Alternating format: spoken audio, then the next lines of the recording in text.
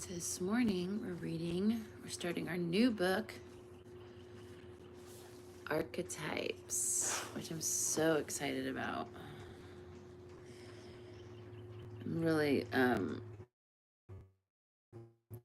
down which archetypes have been ruling my life.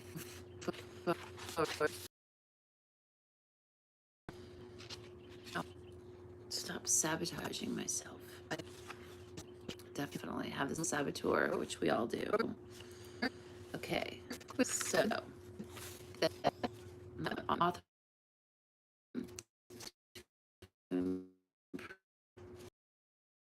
contracts. Carolyn Miss is this author. Carolyn. Let's see.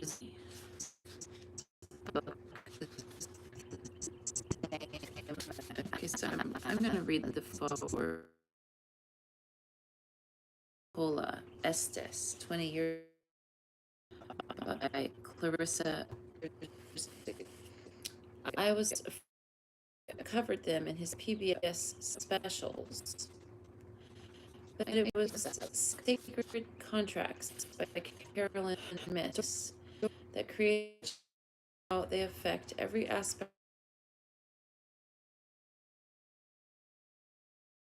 Further archetypes blew open the idea of archetype. I immediately agreed, provided I could meet with Kana Reeve. I worked out as Caroline and I have a loving bond ever since. I received a phone call from the company that had taken over philosophy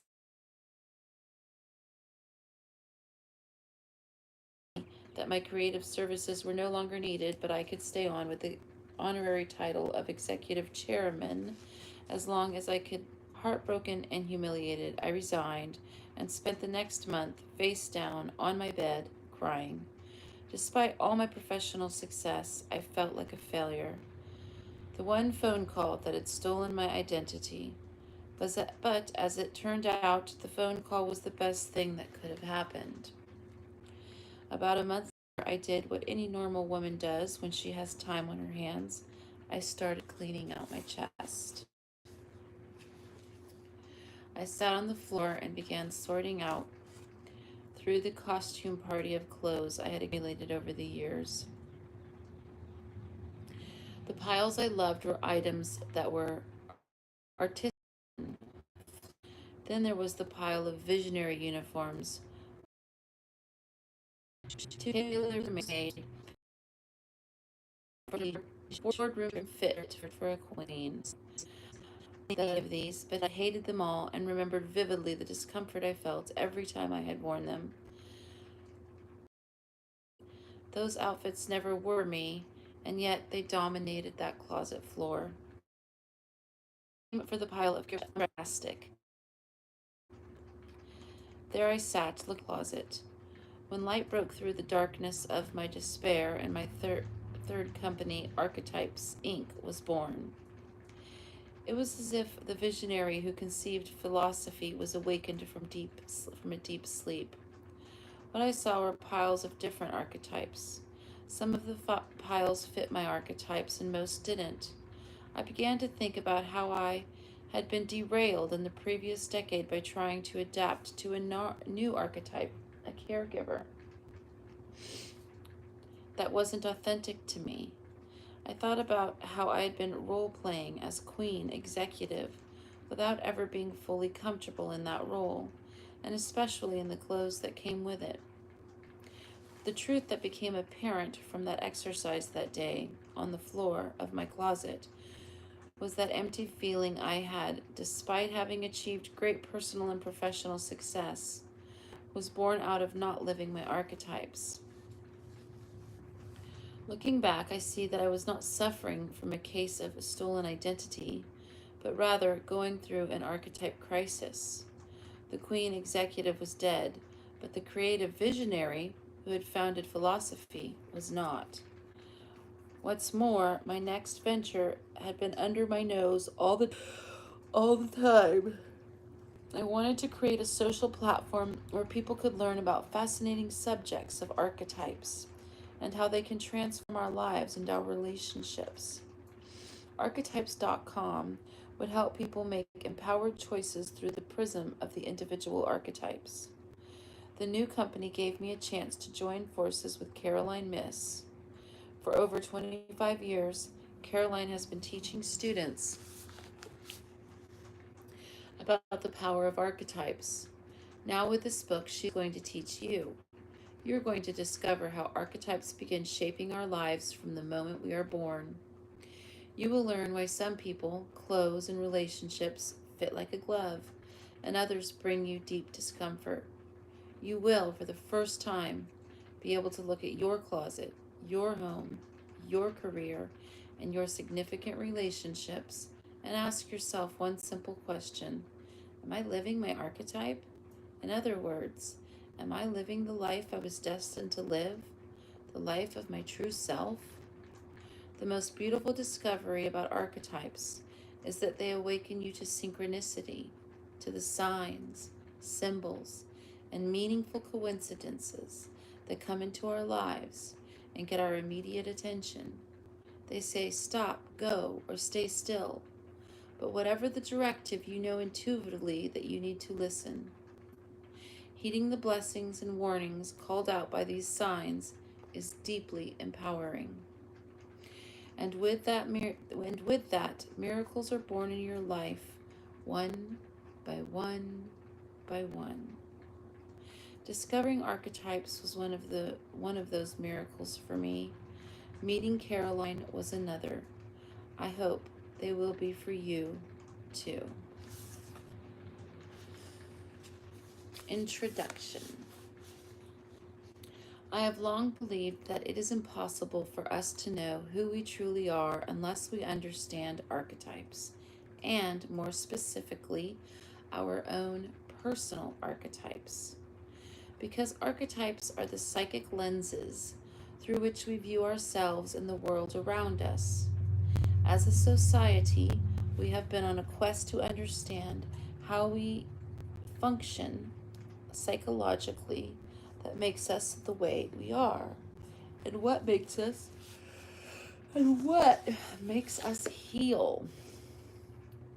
These questions have awakened a need in us to not only be aware that archetypes influence us, but how they express themselves in our individual lives. Archetypes are the new language of power. I was well into the writing of a different book when Christina Carlino asked me to drop what I was doing and write this book, as well as contribute to the website she was developing. Christina described her vision of networks of people, archimates, she called them, linking up with one another through their archetypal patterns. She saw endless possibilities in how people could improve their health, their relationships, their overall well-being, their whole world, if they could grasp the true essence of who they were. I didn't hesitate to agree to Christina's proposal, as I knew that making this material available to a wider audience would be transformational. Together, Archetypes, a beginner's guide to your internet, and the website www.archetypes.com offer an interactive vessel for stepping into the power of your archetypes and using your magnetism to assist you in opening to the full expression of your life. The time has come for our society to make a quantum leap in awareness and acknowledge the central role of intuition. Archetypes are the vocabulary of intuition, and the more familiar we are with them, the more clearly we will resonate with our own intuition. Archetypes speak to us in a language of myths and symbols, perfectly suited to a society that has become fluent in high-tech code, instant messages, and Twitter speak. The only difference is that archetypes originate in our cosmic intelligence and not in our technical awareness. But it was inevitable that one day our rational intellect would find a way to engage with our intuitive intelligence, and through the medium of archetypes, it has. Archetypes are the keys to our personal power. I have witnessed dramatic changes when people awaken to this power. More than once, I have seen them come to the realization that their need for time alone was not because they were antisocial, but because they have a hermit archetype, which compels them to seek silence and solitude in order to sustain their spirit. I have watched other people discover that they have a passion to be in nature, not because they want to get out of the city, but because they identify with the nature child, an archetypical expression of the soul of the natural world. Upon discovering which archetypes are guiding your life, you step into the core of your being, perhaps for the first time. It's as if you have finally put on the clothing you were destined to wear. Though I firmly believe that the language of archetypes is becoming our next new language, there was a time not so long ago when I wasn't so sure. The day I gave my first lecture on the subject, I worried that I might not be able to communicate clearly that archetypes are the universal patterns of power emerging from our myths and beliefs, and that these myths and beliefs, in turn, invisibly weave their influential threads into the way we view every aspect of our lives. I was doubly hesitant about speaking because I knew that the field of archetypes came with its own vocabulary, one associated with the inner realm of the psyche. For a rational, logical, scientific society, information that is introduced as powerful but invisible generally doesn't stand a chance of gaining much credibility. But much to my surprise, I discovered that a few simple examples of easily recognized archetypes immediately created the bridge I needed between the literal world and in which we live and the mythic or symbolic world that is the power zone of the archetypes. I asked the women in the audience, how many of you always knew you were going to be mothers? A majority of them raised their hands. I then asked, how did you know that? Most just shrugged and their shoulders as if to say, I just knew because it's who I am, and that's what I was meant to do, be a mother. Then I asked the audience, how many of you are natural-born adventurers? Several men raised their hands along with a few women. And how many of you would consider yourselves warriors? I asked. Even more men raised their hands. I was amazed, as I had thought that the victorious warrior story was more a woman's fantasy than a man's. But that day I realized that many men find it sexy to imagine themselves as modern-day warriors, like the Navy SEAL. By the time I discussed the healer and hermit archetypes, audience members were no longer asking questions about archetypes in general, but rather, what are my archetypes? How do I identify my archetypical pattern? The atmosphere in the room was electric, sparking with levels of curiosity I had never before experienced in an audience. They would have stayed all night in that lecture hall if I had let them. Later, over dinner with friends, I could not stop talking about the explosion of enthusiasm in the room. No other subject I had ever taught had elicited such a response. What was it about archetypes that triggered that reaction? As I thought about it more, The answer seemed obvious. Archetypal patterns hold the key to the real you. They somehow know more about you than you know about yourself. By identifying and exploring your archetypal patterns, you come to understand your true self. Archetypes have always been the engine of the human unconscious, but you could live your whole life and not know that. Archetypical patterns are like a door into the hidden realm, a parallel reality. Discovering this parallel reality in which archetypes reside and learning about your particular archetypes is a way of meeting yourself, perhaps for the first time. My hope is that you will find this journey, this inner journey, as life-changing as I have. And that was written in 2012, 13 years ago. Okay, so we're just going to read part of chapter 1. Yeah. Archetypes, the new internet. If I said to you, see that man over there? He's my hero. Or that woman is the perfect mom. I know without a doubt that you would understand exactly what I was communicating to you about two people you have never met. With just 3 words, hero and perfect mom.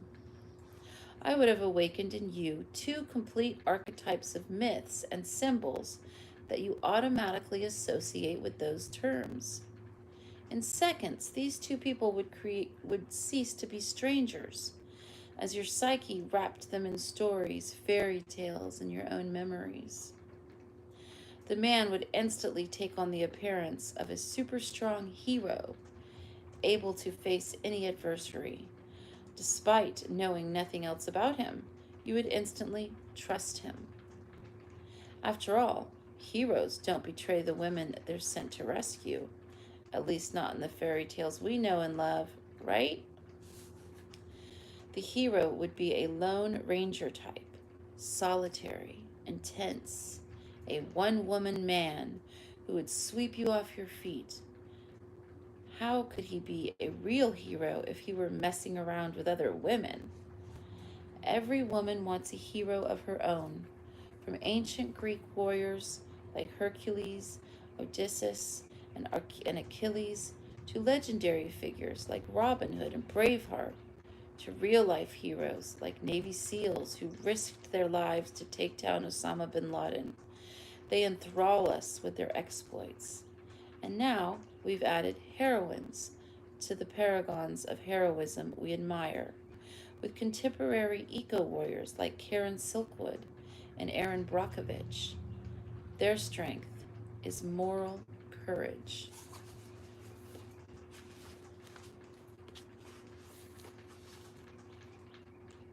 Heroes and heroines are the most popular movie figures of our day. Make a movie about Batman, Spider-Man, Superman, or Wonder Woman, and it will be the #1 draw on opening week. Why? It's simple. We not only love our heroes and heroines, we need them. A society without heroes is a defeated society. They are our power icons, symbolizing to the world that we are invincible as a nation. You too have at least one hero. If not, you long for one. You may not be in the market for your own personal comic book figure come to life, but the idea of having someone to rely on who gallops in to save the day, psychologically if not literally, is right up there on most people's list of necessities for a happy and secure life. We all share this need for heroes in some way because it is built into our emotional DNA. What we call human nature is also our archetypical nature. Certain qualities and characteristics are inherently human. Caring for others, protection for the young, loyalty, the ability to love, the need to safeguard home and family. And all these innately human qualities are represented by archetypes, by these universal and personal patterns of influence that reside in the collective unconscious, in the psyche of the species, as it were, that we share with every other human being. Consider the archetype the perfect mom.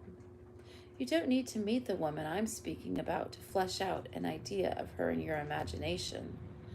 The words perfect mom pack a powerful punch, especially in our society, where we have commercially enhanced this archetype beyond its already deeply rooted sentimental meaning.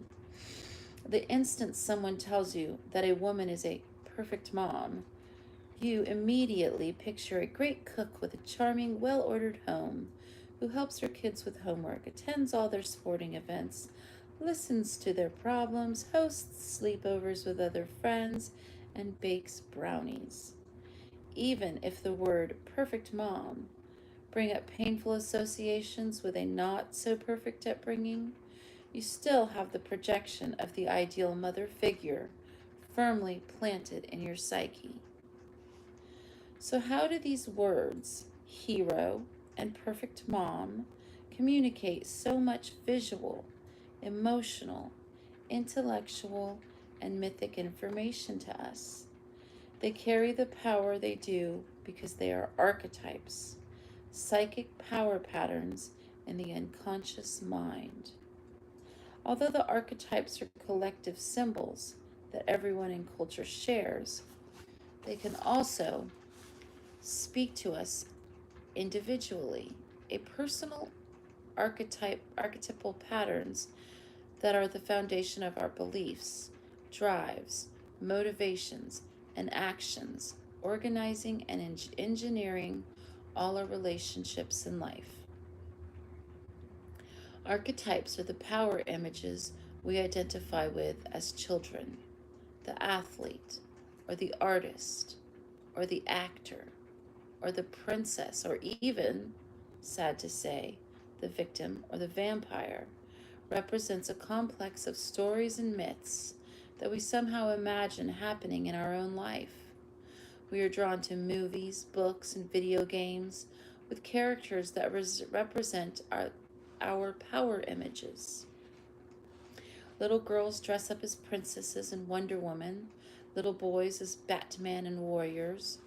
Archetypal identification begins early. As we grow up, we continue to pattern our lives around these images, unconsciously living our archetypes. I think of archetypes as our energy companions. From birth, we are living out the archetypal patterns that are active in our psyche. As human beings, we love patterns. They bring order to our lives. We are continually scanning our world for patterns, particularly in people. Because we know intuitively that if we understand someone's behavior patterns, we understand how she relates to herself, to her life, and to us. We understand a person better, for instance, if we know that she is essentially an intellectual. That explains, for example, why she loves foreign films and biographies of great historic figures. We appreciate our friends for understanding that because we have the athlete archetype. Working out each day is vital to our physical, mental, and emotional well-being. Exercising is more than a hobby. It's a part of who we are at our core. You may not be conscious of it, but you have been doing archetypical power readings of people since you were a child. Only you probably think of it as labeling someone or even judging them. If label is a negative one, or even judging them, if label is a negative one. People watching is all about archetypal power readings, scanning strangers and instantly gathering information about their lives. What you are scanning for are what I call archetypical fun facts, common traits that are dead giveaways to what a person is like. The bad boy has tattoos that reflect a tough image. A vampire has that look about her that says she's in need of someone's energy to drain. The diva, of course, is nearly unmistakable, and eye candy is obvious. But the Good Samaritan can be a bit tricky to spot. You never know what type of package the Good Samaritan may come in, which is in itself a characteristic of this archetype. We are continually downloading these intuitive energy snapshots of people into our archetypical scrapbooks. We can't help reading the archetypes of one another. It's a natural part of our intuitive survival mechanism. We trust patterns that are familiar to us, archetypes we intuitively recognize. When we don't trust someone, it's because we can't get a fix on their archetype, or we've encountered someone else with that archetype before, and we don't like how that archetype behaves. We are wired to speak archetypes just as surely as we are wired to crawl, walk, and communicate. Archetypes, symbols, and myths compromise aspects of our intuitive intelligence. We are naturally intuitive, and we require these senses for our very survival. The fight or flight response and the highly reactive gut instinct are examples of organic intuitive intelligence that we rely on all the time. Similarly, you sense or read archetypes intuitively, even though you may be unaware that you have an inherent skill at understanding or responding to the language of myths and symbols. But recall that the language of your imagination consists of myths and symbols, and fantasizing is one of the earliest languages in the child's mind. We are in touch with our imagination and dreams before we engage with logic and reason. You were in mythic contact with your world before you learned to read and write about it. You had invisible friends, and you imagined visiting schools where wizards learned their craft. And it was real for you, at least for a time. Even though as an adult you realize those mythic places don't exist in the physical sense, you still cling to them in your psyche. They represent your sacred psychic space, your personal archetypal territory. The language of archetypes is the universal language of the human soul.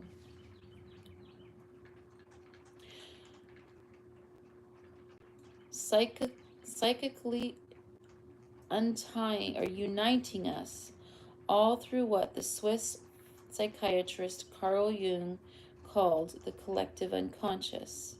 Jung saw archetypes as the quintessential navigational tool of the psyche, providing a gateway between the conscious mind and the unconscious that could help us in becoming integrated human beings. He also noticed that archetypes frequently partner with other archetypes, which accounts for the variety of ways in which an archetype may express itself depending on the individual. One woman I know, for example, has a strong artist archetype. She has been in touch with her artistic talent from childhood and stepped into her artistic skin naturally, easily, and gracefully. Everything she does, from how she dresses to how she sets her dinner table, has an artistic touch. She truly exists in harmony with her artist archetype without giving it conscious thought.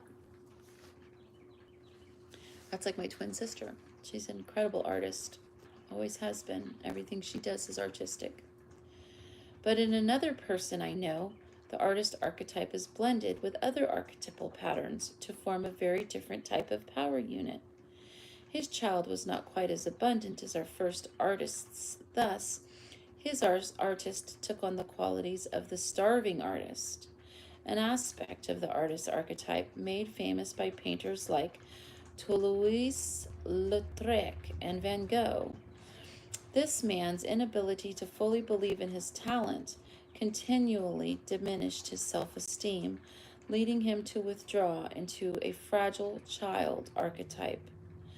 The fragile child partnered with his starving artist to produce a constant narrative of fear within him, like a mental sound system he could not turn off. It played all day, telling him he could not survive in the world as the kind of creative artist he once envisioned himself as being. He eventually returned home to take part-time job as a house painter and handyman. In order to pay the bills, he had to revise his inner myth, the story he told himself about who he really was and what was happening to him. He now told himself that he was just painting houses until he could save enough money to take the art classes he needed. So long as the starving artist and the fragile child archetypes were in charge of his inner myths, he would never leave home. So powerful are the myths contained in our archetypes.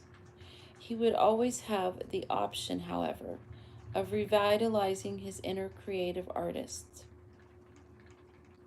The only thing standing in his way was his fear that he lacked the talent required to make it in the competitive world of art.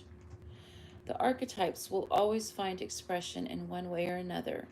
In his case, house painting became a rest stop until courage came along. So that's it for today. And we'll read some more tomorrow. I'm really excited. Or maybe I should finish this chapter.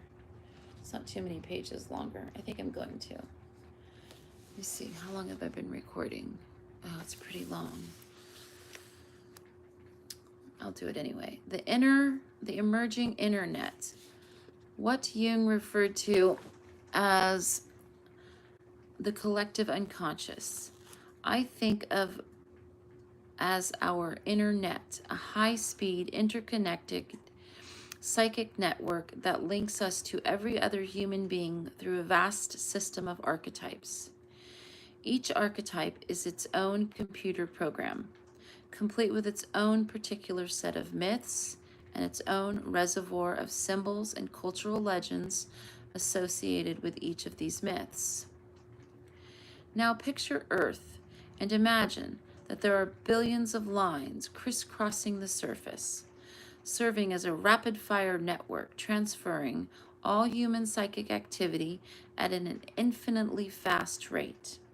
Every thought, feeling, sensation, and human vibration is transmitted instantaneously across this archetypical grid, transferring the one common ingredient of the human experience, power. Whatever you do, say, think, calculate, consider, or wear is carried out with power in mind. Power is the single ingredient common to every human action, from the moment of your birth to your death. Everything about your life is a power negotiation, with all of that power transitioning through this archetypical grid. My back hurts a little bit. I need to get a pillow. Oh. Behind my back. Oh, that's better. Think about why you make the choices you make and what motivates you to act as you do. At the end of the day, your choices are based upon power calculations. Will what I say or do in this moment empower me or disempower me? Should I keep quiet? Should I speak up? Be honest? Should I act on my intuition or seek out more information? What's my best course of action here? Something as simple as getting a second opinion on a restaurant your friend has suggested can be intimidating. Better to just agree and go along with the group, most people think. But why do we reduce every choice to a power calculation that gets transmitted across the energetic power grid? Because we're all connected. all part of the same web of life. We are born already connected to this internet, the energetic power grid, arriving with a backpack filled with truths and wisdom inherent to the human experience. This is what we innately know, such as deep understanding of right and wrong. It's in our cellular DNA. We, we aren't aware of these DNA truths from birth. However, we gradually become aware of them as we mature. This is sacred knowledge, which needs to be awakened, stirred from within, and recognized intuitively, not with rational mind. If you have ever wondered what the real purpose of your life is, or said to yourself, I need to find out what's really important to me, then you have already begun the process. Those inner stirrings are an invitation to awaken, to go in search of a more authentic you.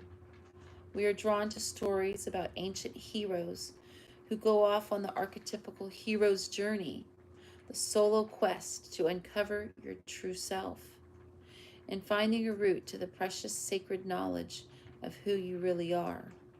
You reach a place of empowerment. This is the essence of genuine self-esteem, the holy grail of the inner quest.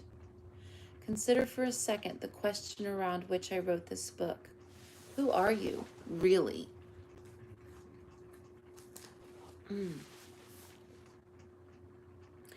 We all ask ourselves, who am I?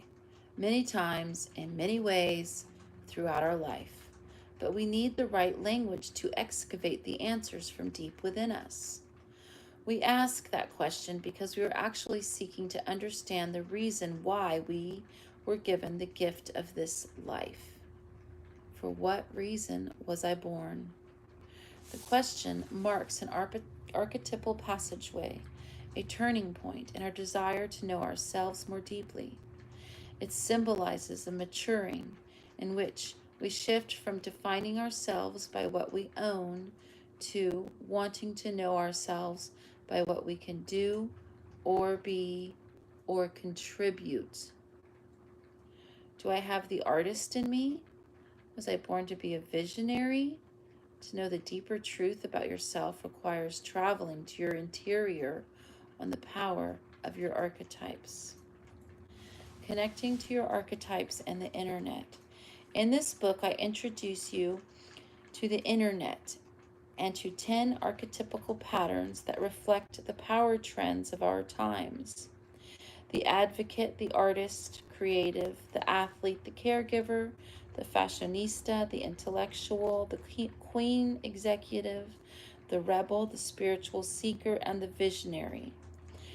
Each archetype is presented as the representative of an archetypal family, a team of archetypes with similar patterns. These general archetypal families cover both men and women. Whoops. Yes. The caregiver, for example, is the lead member of the caring family, a team associated with nurturing that includes the mother, the rescuer, the teacher, the healer, and the companion. Similarly, the rebel comes from a family of archetypes that include the maverick, the warrior, and the hero. All members of an archetype family share a body of characteristics, but there are subtle distinctions between the members that sometimes cause confusion. People frequently have difficulty distinguishing between the healer and the rescuer, for example, as both have an inherent need to respond to those seeking aid. However, the initiation of the healer, known as the wounded healer's journey, is unique to the healer and not part of the rescuer archetype. Not all archetypes have a journey of initiation. Initiation is a sacred ritual associated with archetypes that serve in a sacred role, such as healing. The wounded healer's journey is an important initiation that many of you may recognize. The journey of the wounded healer begins with a wound.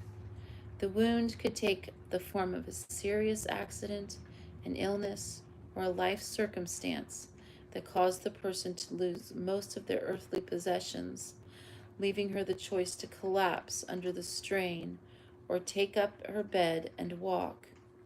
The wounded healer's wound brings the person to a do or die choice, offering the person the opportunity to completely transform her relationship to power. Up to that point, she defined her power as something external: status, money, fame, security, a belief in her own invincibility. The wound destroys the illusion that any of that is truly empowering, showing the emptiness, the false promise of external definition of power. The choice for the wounded healer is to shed all of her beliefs about power and earthly security and discover an alternate healing paradigm. She comes to understand that her wound can only be healed in full partnership with her spirit. This explains why many wounded healers experience remarkable recoveries from illness or situations that would have sent other people to the grave. In coming through the ordeal healed, the wounded healer is empowered to assist others in healing their wounds. The 10 archetypes. The 10 archetypes in this book embody the primary power issues that define women today, including their underlying struggles with personal empowerment. 10 years ago, the list of defining archetypes would have been different, and it may change again in 10 years from now. But in the world we know today, the modern woman is likely to consider herself a professional, or if not a professional, then someone looking for her place in the world. The current definition of professional has expanded beyond someone employed in a practice or corporate setting to include anyone who has mastered a craft or created a home-based business. Today's woman is also likely to see herself as a caregiver, whether or not she is a mother. Her caregiver may have a rebellious streak simply by virtue of adapting to life in a world so vastly different from the one in which previous generations of women lived. Or she may be a woman in whom the rebel is a full-time force. Many women today find themselves called to make a difference in the world, as advocates for their communities, or as eco-advocates, environmental activists, an archetype that has taken shape only recently in the collective unconscious. Mother Nature didn't used to need human beings to represent her cause within political circles, but these are the times we now live in. Women visionaries play a great role today as engines of societal change, and more women have become athletes, as fitness and exercise have become prime values in today's world. As society shifts, so do the archetypal images that govern our internet, altering our definitions of beauty, power, and life goals. Today's fashionista, for example, introduces us to ways to feel good about ourselves through clothing, makeup, hairstyles, and shoes. In addition to reflecting contemporary power themes, the 10 archetypes in this book embody the more pressing personal challenges facing women today. Personal challenges are archetypical because they, too, originate in our archetypal patterns. No one is born with healthy self-esteem, yet our level of self-esteem directs everything we do in life. Women in particular face the challenge of developing this inner sense of power and personal identity. Without the essential core of self-esteem, you will be unable to hear your intuitive guidance. You won't trust the intellectual in you as it engages with new ideas. You will tune out the fashionista archetype when it sprinkles your imagination with ideas about creating a new line of clothing or jewelry. You will dismiss the intuitive instructions or suggestions as if they were a bad dream, with a thought like, I could never do that. What if I fail? Or some other excuses coming from low self-esteem. Few sources in life have the positive authority of genuine self-esteem or the negative effect that lack of self-esteem. Archetypes communicate physically through hunches, intuitive hits, gut instincts, chills running up and down your spine, and other physical sensations. I know how to read the fluid language of my own intuition as I am comfortable with these inner sensations. They are not at odds with my five senses, but rather they're a perfect complement. My intellect relies on my intuition in a finely tuned working partnership. Archetypal patterns filter into every aspect of your life, so it's important to discover how they express themselves in your everyday decisions and routines. Your archetypes influence your spending habits, how you shop, and what you buy or not. They influence the qualities of your relationships and who you are attracted to and why. And they influence reoccurring issues, arguments you seem to have over and over, difficulties at work that keep cropping up, and other patterns that repeat themselves. Anything that repeats is a clue to what archetypes are operating in your life. And finally, the 10 archetypes profiled in this book reflect the collective mythic challenges of our times. We need visionaries more than ever because we need to envision a new model of energy, new technologies, and new ways of cooperating with our environment. Spiritual seekers, too, are changing with the times. For women and men who are drawn to the spiritual life, the world itself is a new type of monastery. Today's spiritual practitioners often view their work as a calling, whatever the field. Together with the athlete, the advocate, the artist creative, the caregiver, the fashionista, the intellectual, the queen executive, and the rebel, they form a balanced representation of today's contemporary archetypical family. Okay, that's all we'll read for today. And I got this deck of archetypical cards, so I'm just going to pull one and we're going to read it. Let's see. Child, orphan, light attributes, independence based on learning to go it alone, conquering fears of surviving. Shadow attributes, feelings of abandonment that stifle maturation, seeking inappropriate surrogate families. That's the child, orphan. Okay, that's it for today. That was a long one.